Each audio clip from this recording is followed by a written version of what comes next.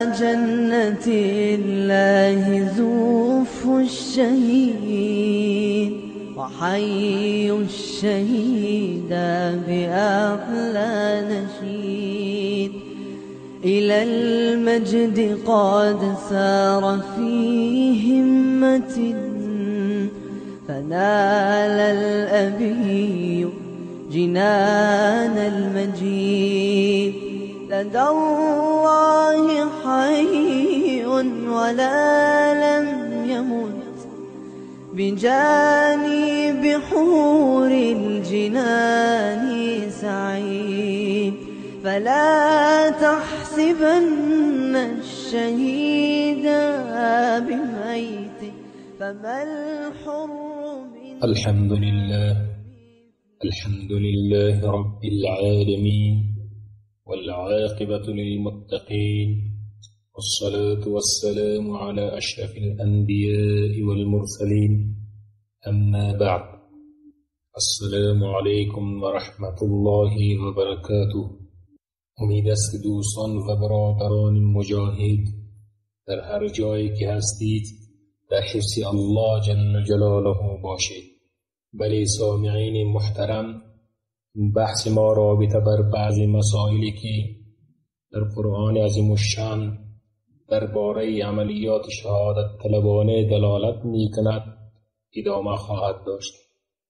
چنانچه الله متعال فرموده است: اعوذ بالله من الشیطان الرجیم واعد لهم ما استطعتم من قوة ومن رباط الخیل ترهبون به عدو الله وعدوکم. الآیه. تا جایی که توان و قوت دارید و اسبان سواری خیش را آماده کنید تا دشمنان الله جل جلاله و دشمنانتان را بترسانید. بلی الله متعال در این آیه فرمود اعداد و آمادگی را کسب کنید و تمام قوت خیش را در این راه مقدس مصرف نمایید. پس همین عملیات استشهادی یکی از بزرگترین ابزار قدرت مسلمین و مجاهدین بر علیه دشمنان و صلیبیان مغریض می باشد. آنان وقت شخصی استشهادی را می بینند که حاضر است بمیرد و دینش را نصرت دهد و به شهادت همان قدر علاقه دارد که آنان به زندگی دنیا علاقه دارند. تمام وجودشان به هم میخورند، همانطوری که این مسئله از صحبتهای بغض‌آلودشان بیرون می آید و تمام مسلمانان برای آنان به منزله بم متحرک می شوند که هر کدام آنها می توانند به لذت‌های دنیاشان پایان دهند تا اینکه کفار بدانند مسلمانان می میرند ولی تن به ذلت نمی دهند. چنانچه الله متعال در قرآن عظیم الشان می فرماید: اعوذ بالله من الشیطان الرجیم ترهبون به عدو الله و عدوکم. توسط چنین اعمال شایسته و مبارک دشمنان الله و دشمنان خیش را به وحشت بیاندازید. قسم به ذات رب العالمین امروز هیچ چیز صلیبیان را به اندازه جوانان دیندار و مجاهدی که برای طلب شهادت و استشهادی وارد معرکه نبرد می شوند به وحشت نمی اندازد. بلی سروران گرامی، بلی برادران مجاهدم، جوانی مخلص که آمده شده تا دشمنان الله تبارک و تعالی را که بدین و تعدی کردن به جهنم بفرستد.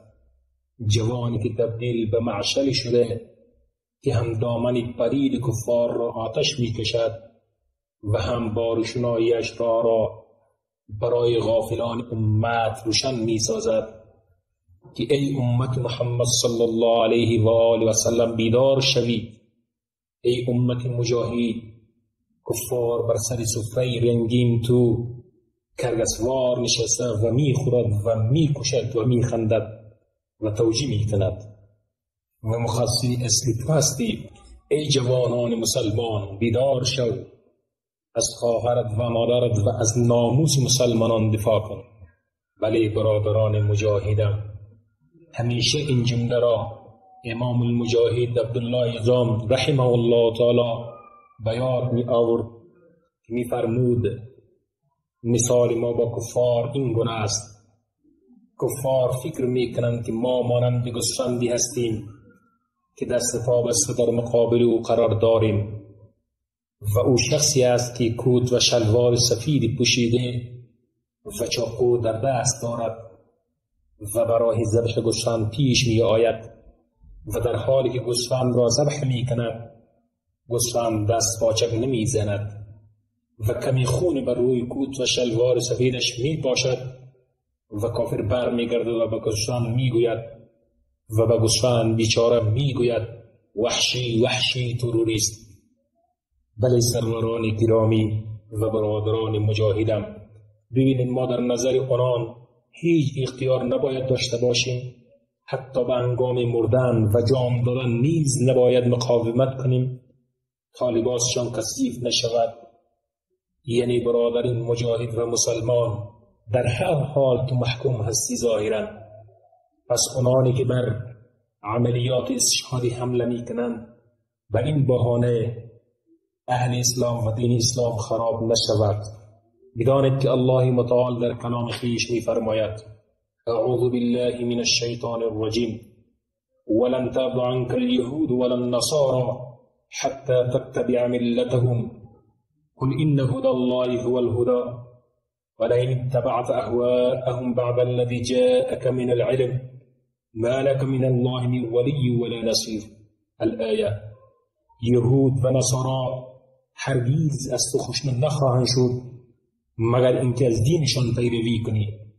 بگو همانا هدایت الله جل جلاله است و اگر از خواسته ها و آرزوهایشان پیروی کنی پس از اینکه علم و آگاهی یافته‌ای هیچ سرپرست و یاوری از جانب الله جل جلاله نخواهید بود. پس ای برادر مسلمان، قدر برادران فدایی تو را درک کنید که با خون خودش از شما دفاع میکنند و با خونشان از حریم اسلام و عزت اسلام دفاع میکنند. السلام علیکم و رحمت ويا خير أهل إلى جنة الله